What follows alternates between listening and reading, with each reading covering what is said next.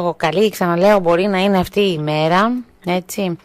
Για δώστε μας μια εικόνα, ήσασταν κι εσείς εκεί στο μέτωπο της πυρκαγιάς καθ' όλη τη διάρκεια της νύχτας, είστε και εκεί τώρα, ποια είναι η κατάσταση τώρα να πούμε, γιατί καταλαβαίνω ότι χρειάζεται τη βοήθεια εθελοντικών ομάδων, αν έχουν μείνει κάποιες πίσω, αν κάποιοι θέλουν να έρθουν, για δώστε μας την εικόνα. Κοιτάξτε, εγώ είμαι τώρα το πρωί είμαι στο μέτωπο στο Σελάκανο, δηλαδή στη Γράκαρα.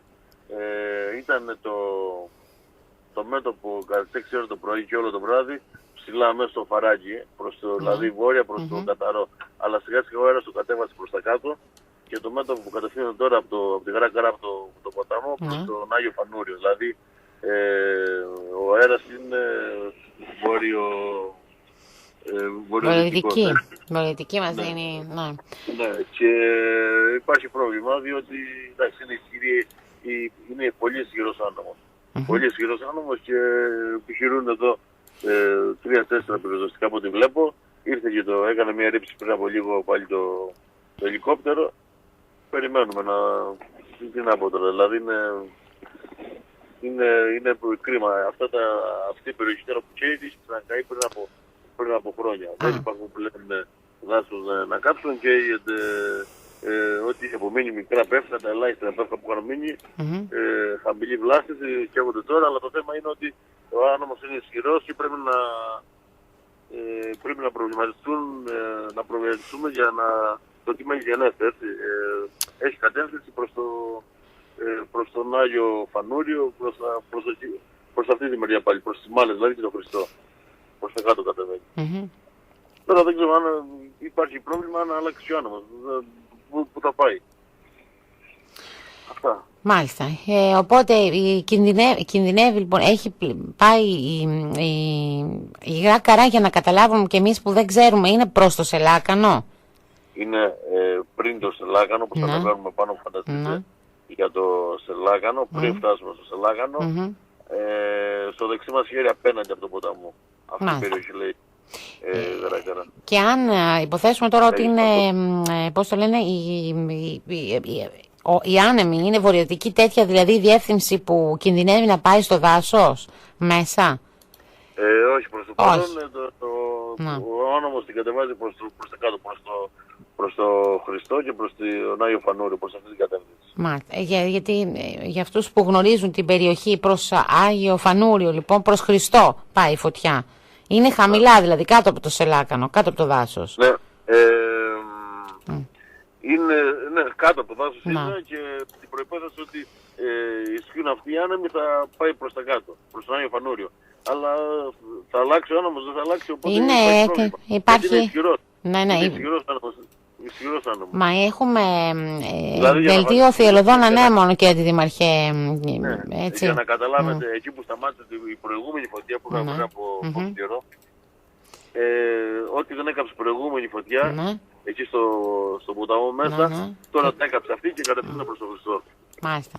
Αποτελειώνει το έργο της προηγούμενης, δηλαδή, φωτιά. Μάλιστα.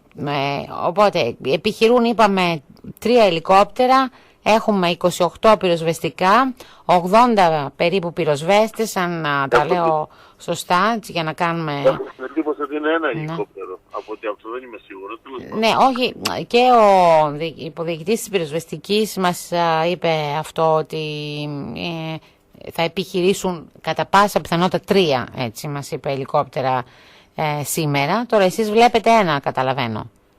Ναι, ένα. Μάλιστα.